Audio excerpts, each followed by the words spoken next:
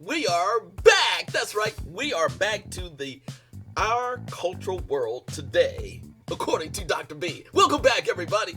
I am Dr. B, and this is our show number 4. Show number 4. That's right. Our cultural world today, according to Dr. B. So how have you been doing? It's been a little while since I've talked to you last, but this show is all about news, politics, specific cultural and ethnic groups, entertainment, sports, health, and humor in a positive spin, in a positive way, okay?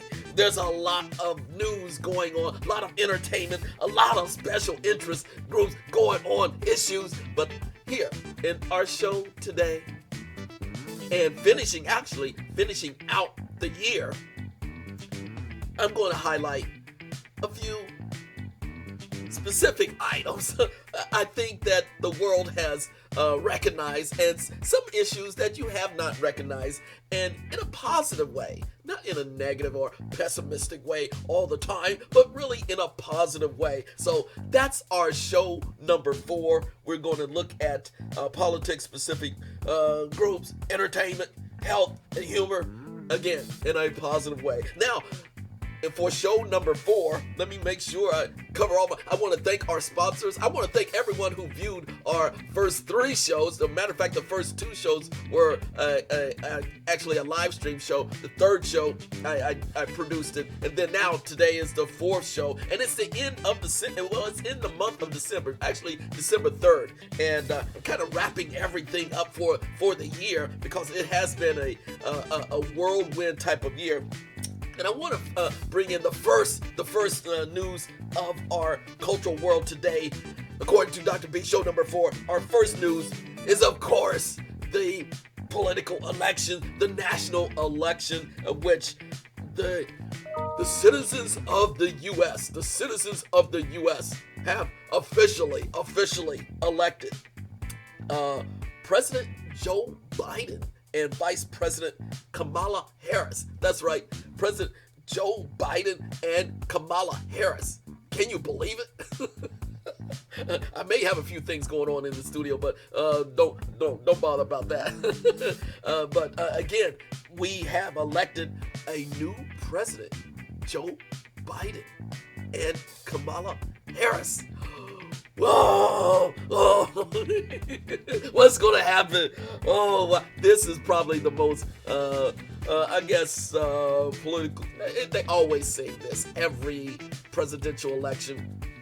That is the most contested, most divisive, and now we see after almost 2 months after the election, and we recognize that Joe Biden and Kamala Harris will be the next president and vice president. How have you adjusted to this? Is it something that everyone expected? And how is all the different communities around the U.S. Reacting to this? Is there a new wave of optimism, new wave of hope, new wave of organization? And again, I'm sure you caught the acceptance speech. And I brought this up in my podcast show, Race and Ethnic Relations. The acceptance speech of Joe Biden and Kamala Harris. Very good acceptance speeches. I thoroughly enjoyed the acceptance speeches from the few days afterwards. It was actually on a Saturday after the Tuesday final voting. And then the world got to know, or the so-called results, and the results have been contested by Donald Trump. But again, it's official that things are moving on at this date of December. But what did you think about the acceptance speech? And also, what is like I said, what is the flavor of the country? What is the mood of the country? Is it uplifting? Is it excitement? Is it thrill for the new age? Is it more voices will be heard in the country now that we will have the first Southeast Asian African woman as a vice president. And that's what Kamala Harris actually highlighted during her acceptance speech, recognizing her mother from India and her father. She didn't say anything about her father, but her father from Jamaica. As a matter of fact, I'm reading the book of Kamala Harris right now. Yes, I'm reading the book. I should have showed you the book, and I'll probably have a show on it. Matter of fact, cause right. Oh, let me just say this: I'm reading the two books, the biography, and then her own autobiography of Kamala Harris. And again, her father's from Jamaica. They're professors when they arrived here in the United States. And her trials and tribulations of her family, her mother and their parents got divorced. But again, she recognized, at least in the acceptance speech, that she is raised as an African American female, but yet also coming from a Southeast Asian part of the world, India, as well as her father from Jamaica.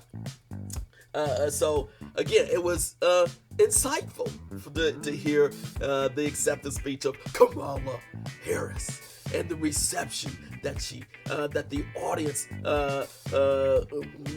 projected from her speech. And then Joe Biden, I'm from Scranton. Joe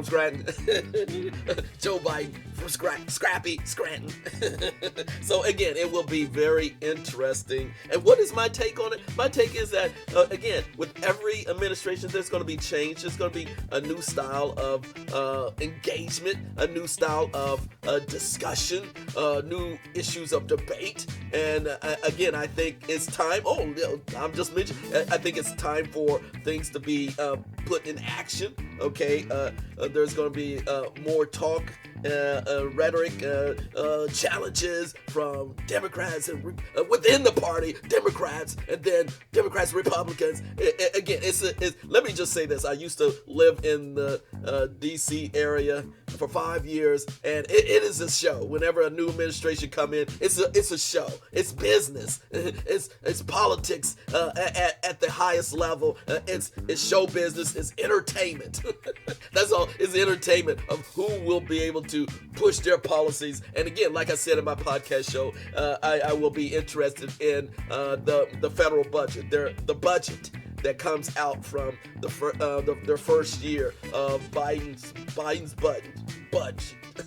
Biden's budget, federal budget, and Kamala Harris' budget, when they actually get their cabinet together, do all the discussion, and then when they push their budget before Congress and the people of the United States, what's going to be in that budget? What programs will be supported? There's a lot of assumptions now. There's a lot of assumptions. I'll get it out. But again, look at the federal budget of every president. That will tell you their direction during the next 4 years. It sets the pay, the standard, the strategy, the budget. So again, I'm very delighted that there is a change. Now it's about action. It's about action. So again, that's one of the news in our cultural world today. I'll probably have several shows of that at the beginning of the year, but I wanted to highlight that. Also, I want to highlight still the dramatic impact of COVID-19 throughout the years, particularly by the end of the fall semester. Unfortunately, the increased rise of COVID, those who are affected by COVID, and how it has changed how we still interact and must adhere to social distancing, wearing a face mask, and again, quarantine yourself. And in every place, there's been again spikes of COVID because of the weather changes, because of people staying in close quarter. But guess what?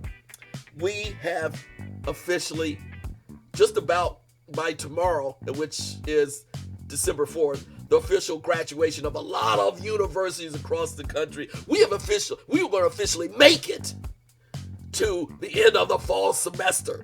Would you have believed it?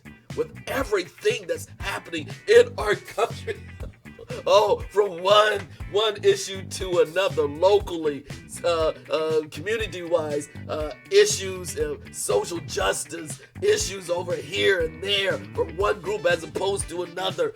And again, I'm based in academia, and many of my students didn't think they were going to make it this way, this far, but they did. They are.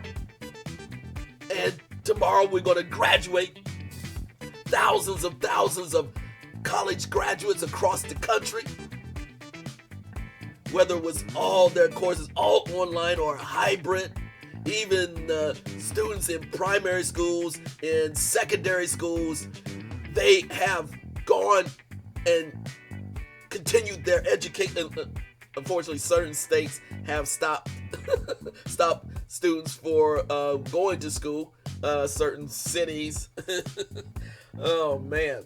And what is my opinion about COVID and higher education and just going to school? I think according to Dr. B, and I could say according to Dr. B, make the adjustments, make the adaptations, and continue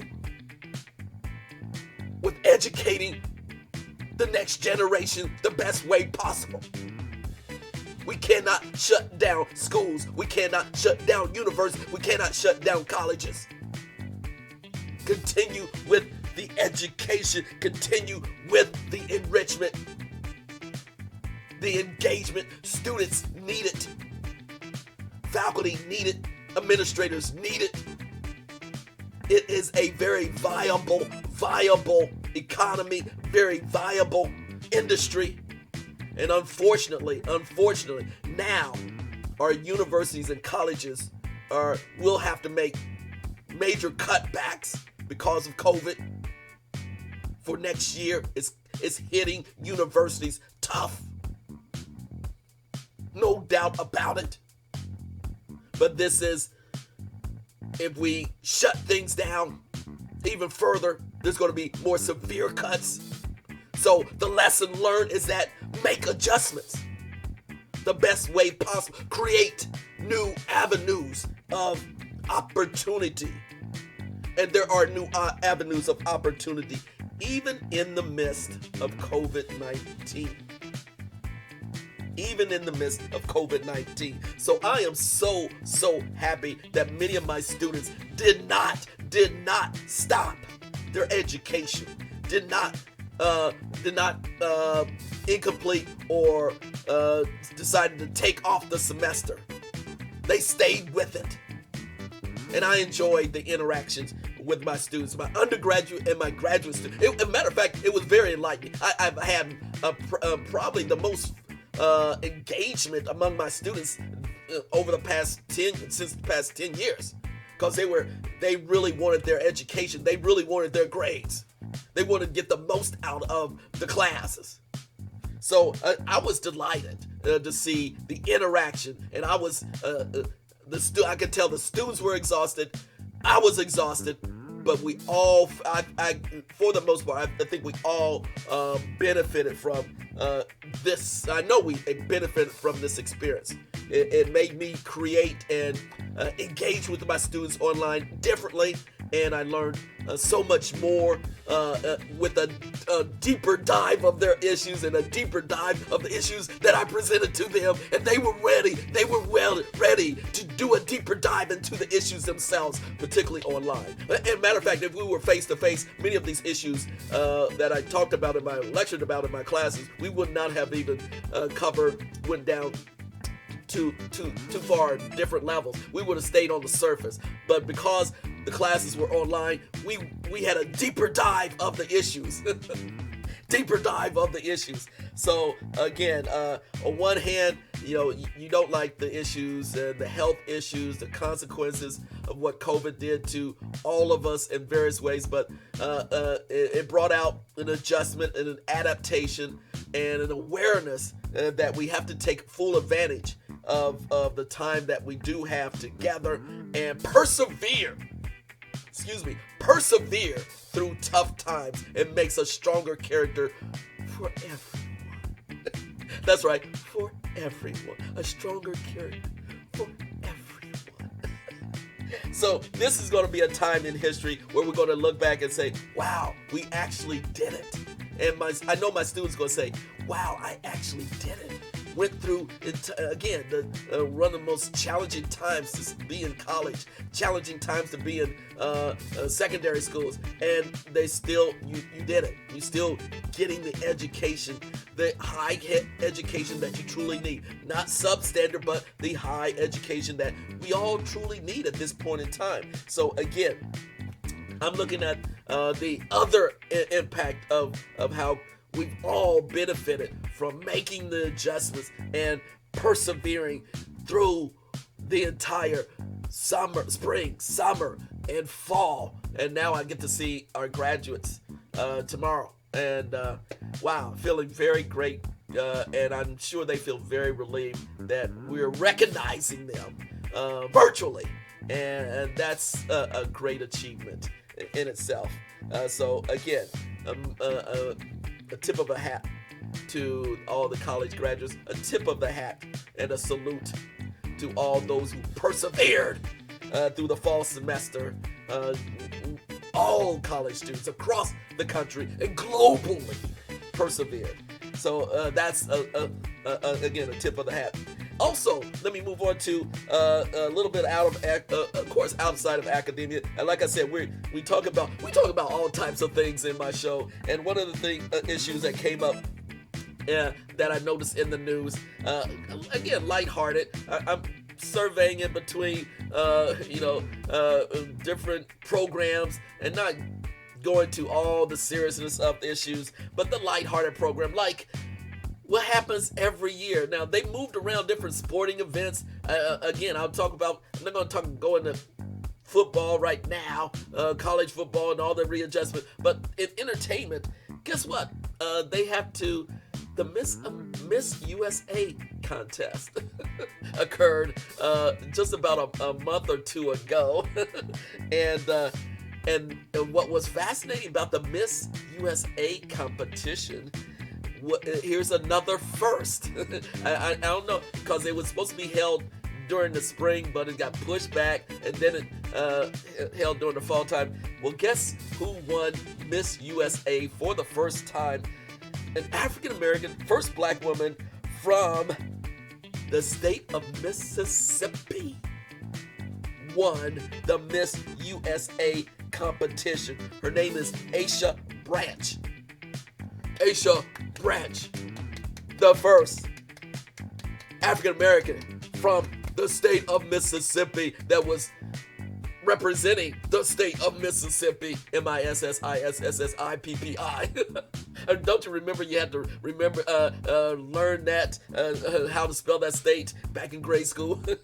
But I was surprised. I was just thumbing through the entertainment news, and there was Aisha Branch winning the Miss USA competition. She's a student at the University of Mississippi, and she's actually, her stance is about criminal repeal and challenging the court systems, challenging the judicial system, the prison system of proper treatment. Because again, she has personal experiences of her family, unfortunately, being incarcerated. So her stance as a proud Miss USA winner is her stance, and her agenda is to reform the prison system in some form or fashion, and really talk about it. So again, I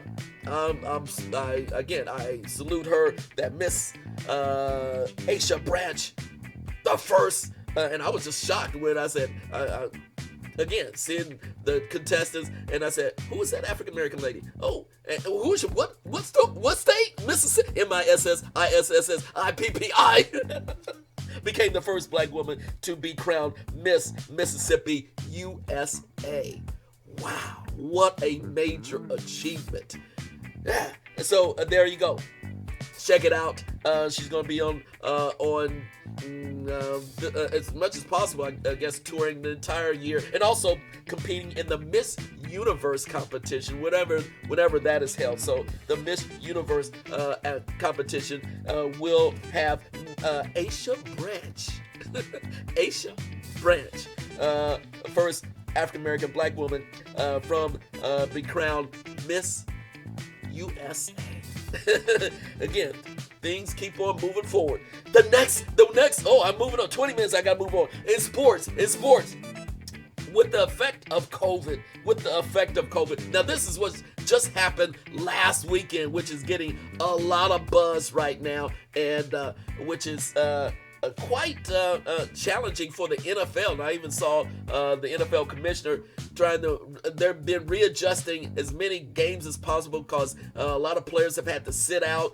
Teams have had to miss their star player from not starting because of COVID. Being tested positive, and then they must have a extended of 10 days of being negative, and also quarantine. So many star players. Now, what is they had to readjust games. Now, one team that really lost all of their quarterbacks, their starting quarterback, the second string and third string quarterback, was the Denver Broncos. The Denver Broncos. Yes, during the 80s and during the late 90s and early 2000s, I was a Bronco fan. But it was kind of interesting how the Broncos lost all three quarterbacks, and all of a sudden, just this past week, this player who didn't play quarterback in the NFL has become a major, I would say, trending star right now. His name is Kendall Hinton. Kendall Hinton, number 2 of the Denver Broncos, never played quarterback in the NFL, and they suited him up. They decided, okay, they're not able to have any of their starting quarterbacks to play in their upcoming game against the Saints, but they decided to pick and select on the practice squad. He was on the practice squad. It was they signed him, and he was technically a wide receiver. Kendall Hinton, who played quarterback as a junior at Wake Forest University, he got the start. He got the start at quarterback for the Denver Broncos. In last week's game. An African-American gentleman who never played quarterback in the NFL, only as a junior in college, but he's primarily a wide receiver. And he wasn't even, I think it was barely on the team, if not on the practice squad. Called him up. Guess what? They decided, you're going to be a quarterback. And even though he didn't perform up to his expectation, and even though the Broncos lost 31-3 against the Saints, I just saw his press conference after the game, and he had to learn so much information. And he said the speed of the game is just really, really fast as quarterback, and trying to learn all the plays was a phenomenal task. He just said it was pure excitement. He was thrilled to get the opportunity. Disappointed that he couldn't perform as well as he knew he could, because he played quarterback again in college, high school. But again, it's different in the pros. So it's amazing. And so I want to give a nice shout out, a big time shout out to Kendall Hinton, number 2 in your program of the Denver Broncos. Stepping up and playing quarterback in the NFL and taking on the Saints and doing his best, and got a lot of support from a lot of his players supported him, and other folks were texting him, tweeting him, trying to say, give him encouragement. And regardless of how it looked, I mean, it's amazing. And that was an awesome challenge for Kendall Hinton. I want to give a big time shout out again to Kendall Hinton. This brother should be on the team from now on, because he stood up. He manned up and and said, I will play quarterback. I'll do my best. And again, give it up to Kendall Hinton. Wow. Playing quarterback, starting quarterback, NFL.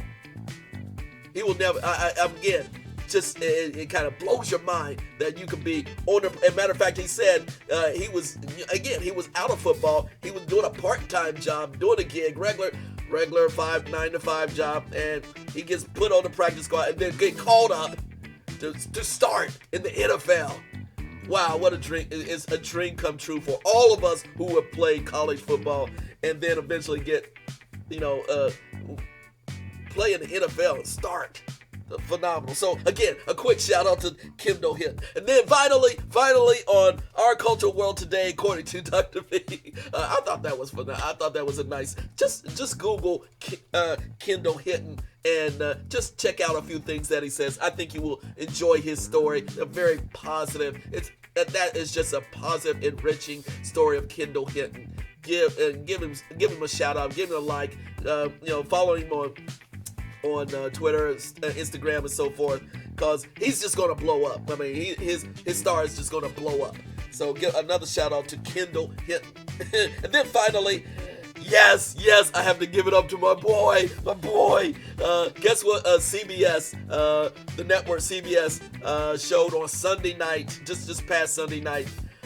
They have Sunday night movies now on CBS, and one of their classic movies. I think of all time. They premiered it on Sunday night. It was Coming to America, featuring, of course, my boy Eddie Murphy. My boy Eddie Murphy. Yeah, they showcased Coming to America. It fantastic ratings, even on network TV, Coming to America. And you forget how fantastic that movie was. I actually watched the first 30 minutes. I've seen that movie umpteen times, but I watched the first 30 minutes. I mean, it's just classic Eddie. and classic Eddie. And just an outstanding cast there with James Earl Jones. Oh my gosh, James Earl Jones. And just a fantastic cast of actors and actresses. But Eddie and his entourage of comedians in the movie. Again, a classic, and that first part was just fantastic. They bring you into what it was in a fictional way, how it is in that storyline. It was just comical from day one. And some of the early stars that you see in that movie.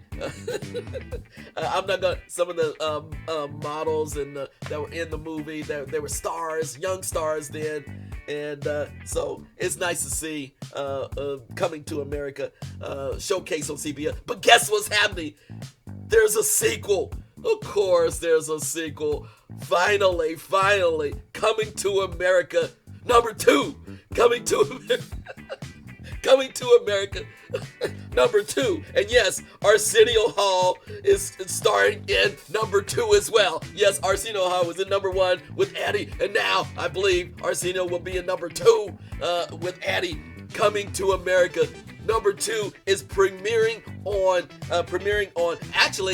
Amazon. Amazon and Paramount Movies have teamed up, and they completed the production of it about 11 months ago, and it's been in post-production, but will officially premiere. I just saw the official announcement, March 5th, 2021. That's right, March 5th, 2021, when they will officially release it online, stream it, and I think in movie theaters as well. So look out. I'm doing a little promotion for my boy Eddie. Look out for Coming to America #2 with my boy Eddie. Yes, we're back. I think it's gonna be worth it. I mean, he's just classic comedic actor and comedian. So again, it's just a matter of time before my boy Eddie come back in the fold and doing the promotion. So yes, Coming to America #2, featuring Eddie, James Earl Jones, Arsenio Hall, and the entire cast. Majority of the entire cast. A lot of new folks too that I saw in the write-up for Coming Up to America 2. So that's my humor. That's the humor of this particular show, #4, Our Cultural World Today, according to Dr. B. Oh man, I hope you enjoyed the show. Please like and subscribe, like and subscribe the show. I'm just trying to wrap everything up and try to keep this under 30 minutes too, but that's challenging in itself. But again, hope you enjoy this show number 4, Our Cultural World Today, according to Dr. B. And hopefully, and I know that 2021 will be a fantastic year for everyone. Peace out.